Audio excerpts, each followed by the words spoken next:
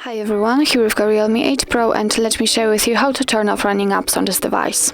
So firstly we have to enter the recents, and you can do it using two different ways. It depends what kind of navigation bar you've got. So if you've got the buttons like me, just tap on this three bars icon in order to open the recents.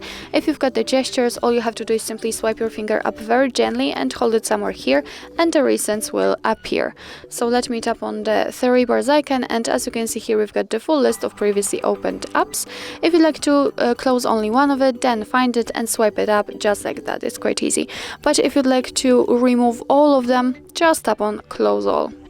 As you can see, we just got back to the home page, so let's enter the recents to check.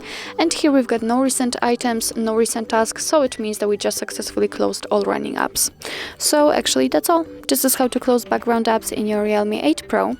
Thank you so much for watching. I hope that this video was helpful, and if it was, please hit the subscribe button and leave the thumbs up.